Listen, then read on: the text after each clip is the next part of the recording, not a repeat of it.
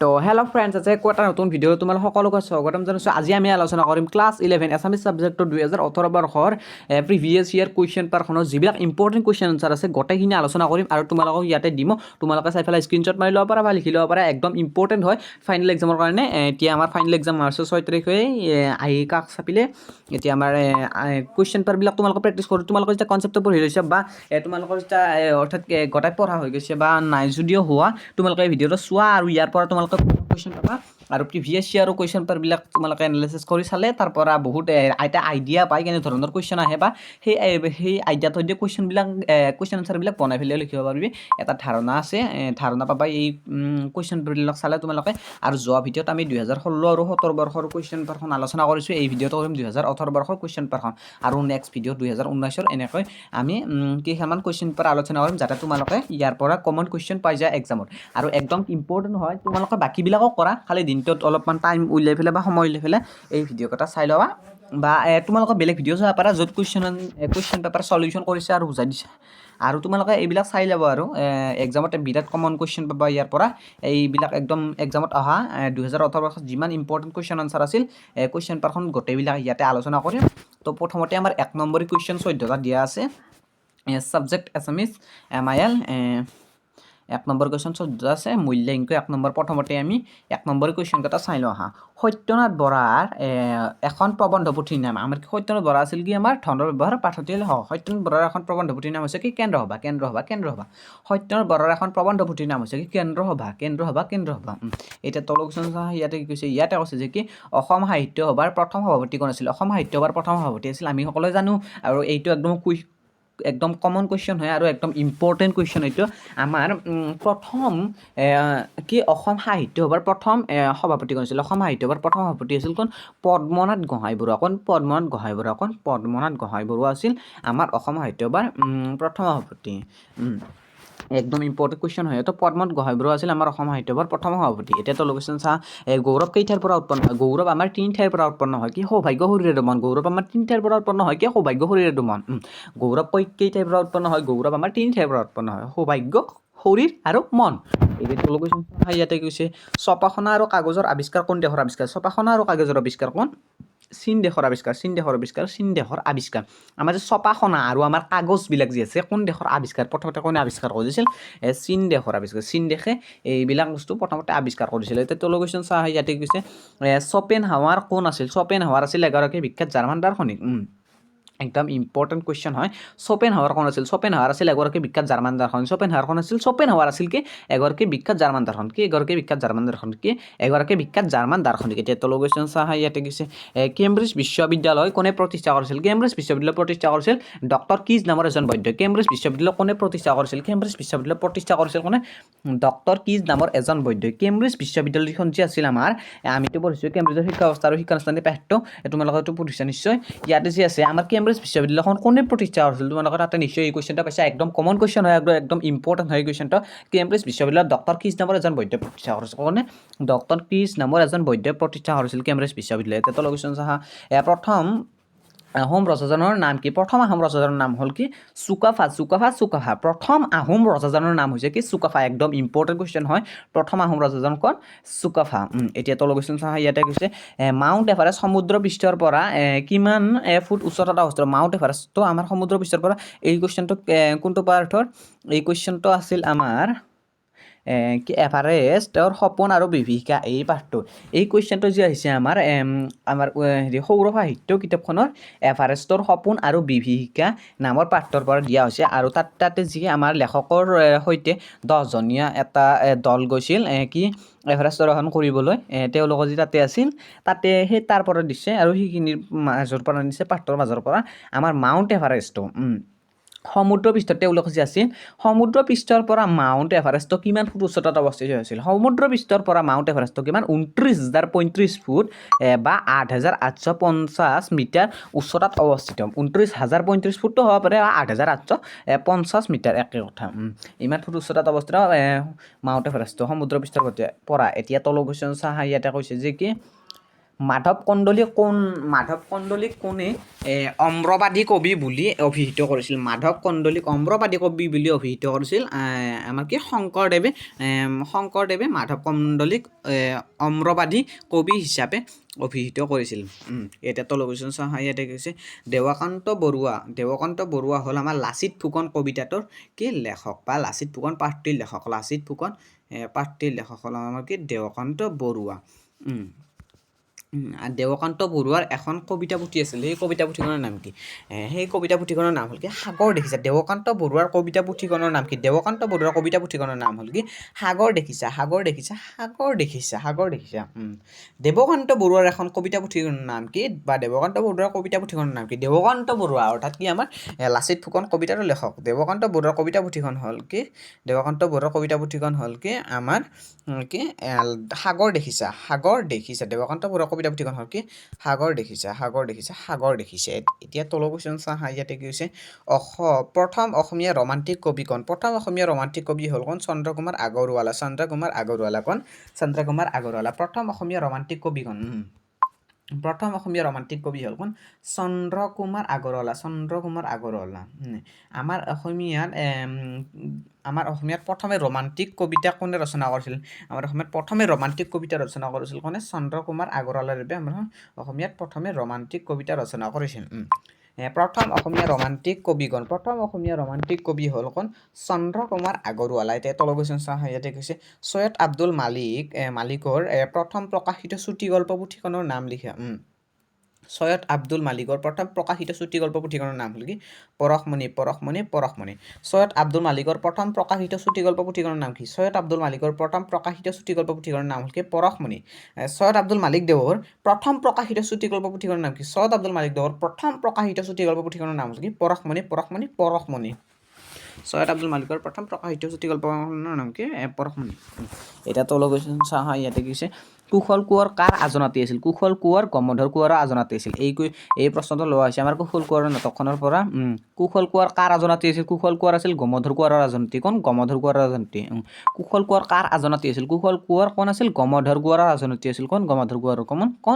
গমধৰ কোঁৱৰৰ আজনাতী আছিল কুশল কোঁৱৰ কাৰ আজনাতী আছিল গমধৰ কোঁৱৰৰ আজনাতী আছিল এতিয়া তলৰ কুৱেশ্যন চাওঁ ইয়াতে গৈছে কুশল কোঁৱৰে কাৰ আগত নিজৰ শেষ বাণী দিছিল কুশল কোঁৱৰে মৃত্যুৰ আগতে মৰাৰ আগতে এটা বাণী দিছিল সেই বাণীটো কাৰ আগত দিছিল কুশল কোঁৱৰে মৰাৰ আগতে বাণী তেওঁৰ পত্নী প্ৰভাৱতীৰ আগত দিছিল কুশল কোঁৱৰে তাৰমানে যেতিয়া তেওঁৰ মৃত্যু হ'ল তাৰে আগতে এটা বাণী দিছিল কাৰ আগত তেতিয়া সেই বাণীটো দিছিল তেওঁৰ পত্নী প্ৰভাৱতীৰ আগত কুশল কোঁৱৰে শেষ বাণী দিছিল ইয়াতে সুধিছে যে কুশল কোঁৱৰে কাৰ আগত নিজৰ শেষ বাণী দিছিল কুশল কোঁৱৰে নিজৰ শেষ বাণী তেওঁৰ পত্নী প্ৰভাৱতীৰ আগত দিছিল এতিয়া নেক্সট পেজলৈ যাওঁ ইয়াতে আমাৰ যিবিলাক ইম্পৰ্টেণ্ট 1 মাৰ্কছৰ কুৱেশ্যন আছিল গোটেইখিনি কমপ্লিট হৈ গ'ল ইয়াতে 14টামান 1 মাৰ্কছৰ কুৱেশ্যন আছে এইখিনি তোমালোকে চাই ল'বা ভালদৰে আৰু যদি বুজি পোৱা নাই অলপমান আগৰ পৰা চাই ল'বা স্কিপ কৰি পেলাই এতিয়া আমি নেক্সট পেজলৈ যাম তাৰ পৰা আমাৰ 2 মাৰ্কছৰ কুৱেশ্যন ষ্টাৰ্ট হ'ব এতিয়া ইয়াৰ পৰা আমাৰ 2 মাৰ্কছৰ কুৱেশ্যন প্ৰথমতে কি কৈছে ধনৰ 2 প্ৰকাৰৰ ব্যৱহাৰ কি ধনৰ 2 প্ৰকাৰৰ ব্যৱহাৰ হ'ল তোমালোকক মই মোৰ ভাষাৰে বুজাই দিওঁ ধনৰ 2 প্ৰকাৰৰ ব্যৱহাৰ হ'ল প্ৰথমতে আমি ধনেৰে নিজৰ সুখ পাতি গতাই লৈ আমাৰ নিজৰ আহিলা পাতি গতাই লৈ আমি নিজৰ যিবিলাক প্ৰয়োজন আছে গোটাই প্ৰয়োজনবোৰ পূৰণ কৰা আৰু আমি যিবিলাক আমাৰ অভাৱ আছে বা অভাৱবোৰ দূৰ কৰা আৰু প্ৰয়োজনবোৰ পূৰণ কৰা যিবিলাক লাগতিয়াল বস্তুবিলাক কৰা অৰ্থাৎ নিজৰ যিবিলাক প্ৰয়োজন গোটাইবিলাক পূৰণ কৰা আৰু 2 নম্বৰটো হ'ল কি আনৰ উপকাৰ কৰা এইটোৱে হৈছে ধনৰ 2 প্ৰকাৰৰ ব্যৱহাৰ এতিয়া তলৰ কুৱেশ্যন চা দান্তে কোন দেশৰ কবি আছিল দান্তে আছিল কোন ইটালীৰ কবি দান্তে আছিল ইটালীৰ আৰু তেওঁৰ ৰচনা কৰা বিখ্যাত কাব্যখন গ্ৰন্থখনৰ নাম হ'ল তেওঁ ৰচনা কৰা বিখ্যাত কাব্য গ্ৰন্থখনৰ নাম হ'ল কি ডিভাইন কমেডি দান্তে আছিল ইটালীৰ কবি আৰু তেওঁ ৰচনা কৰা বিখ্যাত কাব্য গ্ৰন্থখনৰ নাম হ'ল কি ডিভাইন কমেডি এতিয়া নেক্সট কুৱেশ্যন চা ইয়াতে কৈছে কি সূতা ঘৰত কটা নহয় দোকানৰ পৰা কিনি আনি ঘৰত বোৱা কাপোৰ কথাৰ কোন হৈছিল কথাৰ হৈছে আমাৰ 2 নম্বৰ চেপ্টাৰৰ অসমত মহাত্মা গান্ধীৰ প্ৰথম পদক্ষেপ এই চেপ্টাৰৰ পৰা লোৱা হৈছে এই কথা ইয়াতে কৈছে যে কি ইয়াতে আমাৰ পদ্মনাথ গোহাঞিবৰুৱাই যেতিয়া মহাত্মা গান্ধীক আদৰিবলৈ গৈছিল মহাত্মা গান্ধীক সোধাৰ পিছত এই কথা কৈছিল যে আমাৰ মহাত্মা অৰ্থাৎ কি পদ্মনাথ গোহাঞিবৰুৱাই যে কাপোৰখিনি পিন্ধি গৈছিল তাৰে বিষয়ে সুধিছিল মহাত্মা গান্ধীয়ে তেতিয়া আমাৰ এই পদ্মনাথ গোহাঞিবৰুৱাই কৈছিল যে সূতা ঘৰত কটা নহয় দোকানৰ পৰা কিনি আনি ঘৰত বোৱাহে পদ্মনাথ গোহাঞিবৰুৱাই কি মহাত্মা গান্ধীৰ আগত কৈছিল এতিয়া তলৰ কুৱেশ্যন চা ইয়াতে কি কৈছে দাৰ্শনিক বেকনে কিতাপ পঢ়া সম্পৰ্কে তোমালোকক কি দিহা দিছিল একদম ইম্পৰ্টেণ্ট কুৱেশ্যন হয় তোমালোকে যেতিয়া এই কুৱেশ্যনটো চোৱা নাই বা ভালদৰে চাই ল'বা আৰু চাই সেইটোতো ভালে হৈছে এতিয়া এই ইয়াতে কি হৈছে দাৰ্শনিক ব্যাকৰণিক কিতাপ পঢ়া সম্পৰ্কে এটা দিহা দিছিল কি দিহা দিছিল দাৰ্শনিক ব্যাকৰণিক কিতাপ পঢ়া সম্পৰ্কে এটা দিহা দিছিল যে কিছুমান কিতাপৰ আমি সোৱাদ ল'ব লাগে আৰু আন কিছুমান লাগে আমি গিলিব অলপ সংখ্যক লাগে আমি চবাব আৰু হজম কৰিব ইয়াতে কি কৈছে কিছুমান কিতাপ যি আছে কিছুমান কিতাপৰ আমি সোৱাদ ল'ব লাগে অৰ্থাৎ ওপৰে পঢ়িব লাগে কিছুমান কিতাপৰ আমি সোৱাদ ল'ব লাগে আৰু কিছুমান কিতাপ আমি গিলিব লাগে অৰ্থাৎ অলপ মানে নাই পঢ়ি যাব লাগে আৰু গিলিব লাগে আৰু একদম কম সংখ্যক একদম ইম্পৰ্টেণ্ট যিবিলাক একদম কম সংখ্যক কিতাপে আমি কি কৰিব লাগে চবাব লাগে হজম কৰিব লাগে অৰ্থাৎ কি ভালদৰে বুজি ল'ব লাগে বা ভালদৰে পঢ়িব লাগে তাৰ পৰা বহুত জ্ঞান লাভ কৰিব পাৰি আৰু দাৰ্শনিক ব্যাকৰণে এনেধৰণৰ এটা ভাল দিহা দিছিল কিতাপ পঢ়া সম্পৰ্কে এতিয়া তলগুচন চাহ ইয়াতে কি হৈছে হোমেন গোহাঁইদেৱৰ দুখন উপন্যাসৰ নাম হোমেন গোহাঁইদেৱৰ দুখন উপন্যাসৰ নাম হৈছে কি পিতাপুত্ৰ আৰু অন্তৰাগ এটা তলগুচন চাহ ইয়াতে কৈছে ইউৰোপত মধ্যযুগত স্থাপন হোৱা যিকোনো দুখন বিশ্ববিদ্যালয়ৰ নাম লিখে ইউৰোপত মধ্যযুগত স্থাপন হোৱা যিকোনো দুখন বিশ্ববিদ্যালয়ৰ নাম হৈছে একদম ইম্পৰ্টেণ্ট কুৱেশ্যন হয় ইউৰোপত মধ্যযুগত স্থাপন হোৱা যিকোনো দুখন বিশ্ববিদ্যালয়ৰ নাম হৈছে কি কেম্ব্ৰিজ আৰু অক্সফৰ্ড বিশ্ববিদ্যালয় কেম্ব্ৰিজ আৰু অক্সফৰ্ড বিশ্ববিদ্যালয় হ'ল ইউৰোপত মধ্যযুগত স্থাপন হোৱা দুখন বিশ্ববিদ্যালয় বিখ্যাত বিশ্ববিদ্যালয় কি অক্সফৰ্ড আৰু কেম্ব্ৰিজ বিশ্ববিদ্যালয় এটা তলগুচন চাহ ইয়াতে কৈছে চৰাইচং কোনে কিহৰ বাবে স্থাপন কৰিছিল চৰাইচং হ'ল এটা খেলৰ বাবে এখন ঠাই চৰাইচং হ'ল কি এখন ঠাই যি এখন বহুত ডাঙৰ মুকলি পথাৰত কৰা হয় স্থাপন কৰা হয় চৰাইচং সেই খেলখন হ'ল কি চেন মেলা চৰাইচং আমাৰ স্বৰ্গদেউসকলে চেন মেলাৰ বাবে চৰাইচং স্থাপন কৰিছিল চৰাইচং কোনে কিহৰ বাবে স্থাপন কৰিছিল চৰাইচং স্থাপন কৰিছিল আমাৰ স্বৰ্গদেউসকলে চেন মেলাৰ বাবে স্থাপন কৰিছিল এটা তলগুচন চাহ ইয়াতে গৈছে প্ৰথম অসমীয়া এভাৰেষ্ট আৰোহণকাৰী দুজন কোন একদম ইম্পৰ্টেণ্ট হয় প্ৰথম অসমীয়া এভাৰেষ্ট আৰোহণকাৰী দুজন কোন প্ৰথম অসমীয়া এভাৰেষ্ট আৰোহণকাৰী দুজন হ'ল কি তৰুণ শইকীয়া আৰু মণিক ডেকা তৰুণ শইকীয়া আৰু মণিক ডেকা এতিয়া তলগুচন চাহ ইয়াতে গৈছে ইয়াতে কৈছে যে কি জলনিধি আৰু মহাদানন্দ শব্দৰ অৰ্থ কি জলনিধি আৰু মহানন্দ শব্দৰ অৰ্থ কি জলনিধি আৰু মহানন্দ শব্দৰ অৰ্থ হৈছে কি জলনিধি শব্দৰ অৰ্থ হৈছে জল মানে হ'ল পানী নিধি মানে হ'ল আকাৰ ভাণ্ডাৰ পানীৰ ভাণ্ডাৰ এতিয়াকে সাগৰ ইয়াতে কৈছে জলনিধি শব্দৰ অৰ্থ হৈছে কি জল মানে হ'ল পানী নিধি মানে হ'ল ভাণ্ডাৰ অৰ্থাৎ কি এতিয়াকে কি সাগৰৰ ভাণ্ডাৰ সাগৰ অৰ্থাৎ কি পানীৰ ভাণ্ডাৰ তাৰমানে কি সাগৰৰ এতিয়াকে পানীৰ ভাণ্ডাৰ তাৰমানে সাগৰ আৰু জলনিধি মানে হৈছে কি সাগৰ এতিয়া তলৰ পইণ্টটো চাওঁ ইয়াতে কৈছে যে কি মহদানন্দ শব্দৰ অৰ্থ কি মহানন্দ শব্দৰ অৰ্থ কি হৈছে কি মহৎ বা পৰম আনন্দ যি মূল কাৰণ অৰ্থাৎ কি ভগৱান বিষ্ণু ইয়াতে কৈছে যে কি মহদানন্দ শব্দৰ অৰ্থ হৈছে মহদানন্দ কি মহৎ বা পৰম আনন্দৰ যি মূল কাৰণ সেইটো হৈছে মহদানন্দ তাৰমানে বহুত আনন্দ আৰু ইয়াতে কি কৈছে নম্বৰটোত জনাকী যুগৰ ত্ৰিমূৰ্তি বুলি কাক বুজায় জনাকী যুগৰ ত্ৰিমূৰ্তি বুলি কাক ক'ব জনাকী যুগৰ ত্ৰিমূৰ্তি বুলিলে কি চন্দ্ৰকুমাৰ আগৰৱালা হেমচন্দ্ৰ গোস্বামী লক্ষ্মীনাথ বেজবৰুৱাক কৰে জনাকী যুগৰ ত্ৰিমূৰ্তি বুলিলে কাক বুজায় তোমালোকে এই কুৱেশ্যনটো আগতে ক্লাছ 11তে চাই অৰ্থাৎ কি ক্লাছ 10তে চাইছে একদম ইম্পৰ্টেণ্ট কুৱেশ্যন হয় এইটো তোমালোকে যে ভালদৰে চাবা ইয়াৰে কৈছে জনাকী যুগৰ ত্ৰিমূৰ্তি বুলিলে কাক বুজোৱা হয় জনাকী যুগৰ ত্ৰিমূৰ্তি বুলিলে চন্দ্ৰকুমাৰ আগৰৱালা হেমচন্দ্ৰ গোস্বামী লক্ষ্মীনাথ বেজবৰুৱাক বুজোৱা হয় এতিয়া নেক্সট পেজলৈ যাওঁ হয় ইয়াতে আমাৰ 2 নম্বৰ কুৱেশ্যন কেইটামান আছিল এতিয়া নেক্সট পেজত আৰম্ভ কৰিম 2 নম্বৰ ইয়াতে প্ৰথম কুৱেশ্যন কি কৈছে দেৱকান্ত বৰুৱাই কাক কিয় মাতুল ঘাটক নৈ বুলি কৈছে এই কুৱেশ্যনটো তোমালোকক মই বুজাই দিওঁ তোমালোকে এইখিনি পঢ়ি পেলাইও বুজি ল'ব পাৰিবা আৰু তোমালোকে কিতাপৰ পৰা চাব পাৰা দেৱকান্ত বৰুৱা আছিল আমাৰ কি লাচিত ফুকন কবিতাটোৰ ৰচক লাচিত ফুকন কবিতাটোৰ ৰচক হ'ল কোন দেৱকান্ত বৰুৱা ইয়াৰ কি কৈছে দেৱকান্ত বৰুৱা তোমালোক ক'লোৱে দেৱকান্ত বৰুৱা আমাৰ কি লাচিত ফুকন কবিতাটোৰ অৰ্থাৎ কি পাঠটোৰ ৰচক লাচিত ফুকন পাঠটোৰ ৰচক তেওঁ কি বুলি কৈছে দেৱকান্ত বৰুৱা কাক তেওঁ কৈছিল কোনোবা এজনক তেওঁ কৈছিল কি মাতুল ঘাটক নৈ বুলি কৈছিল দেৱকান্ত বৰুৱাই কাক আৰু কিয় মাতুল ঘাটক নৈ বুলি কৈছিল দেৱকান্ত বৰুৱাই কবিতাটো দেৱকান্ত বৰুৱাই মাতুল ঘাটক নৈ বুলি কৰিছে কাক লাচিত ফুকনক দেৱকান্ত বৰুৱাই কি মাতুল ঘাটক নৈ বুলি কৰিছে কাৰণ লাচিত ফুকনে তেওঁৰ মমায়েকক দেশ আৰু জাতিৰ বাবে তেওঁৰ নিজা তেজৰ সম্পৰ্ক থকা মমায়েকক কাটি মাৰি পেলালে অৰ্থাৎ কি বিৰাট ডাঙৰ এটা ত্যাগ কৰিলে তেওঁ নিজৰ মমায়েকক নিজৰ দেশ আৰু জাতিৰ বাবে তেওঁ মাৰিলে সেইবাবে তেওঁক আমাৰ দেৱকান্ত বৰুৱাদেৱে কি মাতুল ঘাটক নৈ বুলি কৈছে কাৰণটো হ'ল তেওঁ নিজৰ মমায়েকক মাৰিছে নিজৰ দেশ আৰু জাতিক ৰক্ষা কৰিবৰ বাবে তেওঁ নিজৰ মমায়েকক হত্যা কৰিছে সেইবাবে দেৱকান্ত বৰুৱাই মাতুল ঘাটক নৈ বুলি কৈছে এতিয়া তলৰ কুৱেশ্যন চাহ ইয়াতে কি কৈছে ৰাজপথ কবিতাৰ ৰচক কোন কবিতাটি কোনখন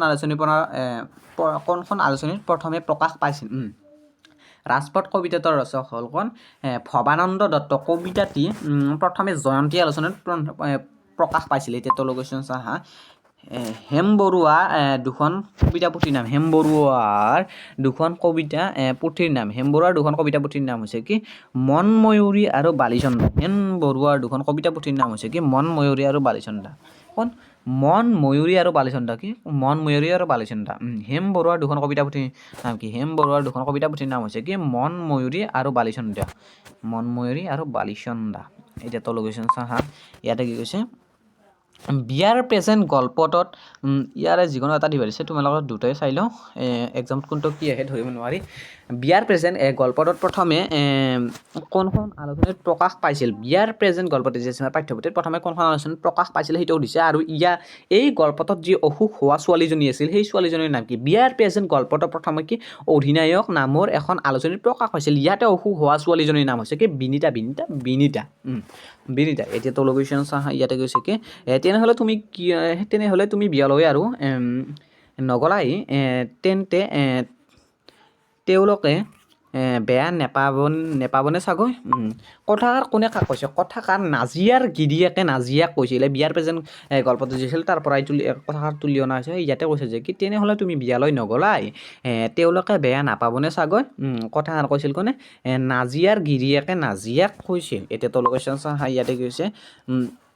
কুশল কোঁৱৰৰ পিতৃ মাতৃৰ নাম কি কুশল কোঁৱৰৰ পিতৃৰ নাম হৈছে কি সোণাৰাম কোঁৱৰ একদম কমন কুৱেশ্যন হয় এইটো তোমালোকে একদম মনত ৰাখিবে এইটো কোনো কাৰণতে ইয়াৰ পৰা উলিয়াই নিবা ইয়াতে কৈছে আমাৰ কুশল কোঁৱৰ নাটকখন তোমালোকক যদি পঢ়িছা কাহিনীটো জানাই আৰু যদি পঢ়া নাই তোমালোকে পঢ়ি ল'বা ইয়াৰ পৰা বহুত কুৱেশ্যন আহিব এক্সামত আৰু এই একদম সৰু কুৱেশ্যন আহে সেইবিলাক তোমালোকে ইয়াৰ ভালদৰে মাৰ্কছবিলাক স্ক'ৰ কৰিব পাৰিবা অৰ্থাৎ যিখিনি নম্বৰ আহে তোমালোকৰ একদম সহজভাৱে আহে যদি তোমালোকে এই নাটকখন পঢ়ি লোৱা বা ইউটিউবৰ পৰা ওৱান শ্বৰ্ট ভিডিঅ' চাই পেলাই তোমালোকে বুজি লোৱা এই নাটকখন ইয়াৰ পৰা বহুত নম্বৰ তোমালোকে লাভ কৰিব পাৰিবা সেয়েহে তোমালোকে যেতিয়া এতিয়ালৈকে এই নাটকখন পঢ়া নাই তোমালোকে এনেই ওপৰে এটা ধাৰণা লৈ ল'বা আৰু কুৱেশ্যন আনচাৰবিলাক চাবা তোমালোকে পাৰিবা নিশ্চয় একদম সহজ কুৱেশ্যন আহে ইয়াতেও ৰৈছে কুশল কোঁৱৰৰ মাতৃ অৰ্থাৎ কি পিতৃ মাতৃৰ নাম কি কুশল কোঁৱৰৰ পিতৃৰ নাম হৈছে কি সোণাৰাম কোঁৱৰ আৰু মাতৃৰ নাম হৈছে কি কণপাহী কুশল কোঁৱৰৰ পিতৃৰ নাম হৈছে কি সোণাৰাম কোঁৱৰ আৰু মাতৃৰ নাম হৈছে কি কণপাহী আৰু তলৰ কুৱেশ্যন হৈছে কি কৈছে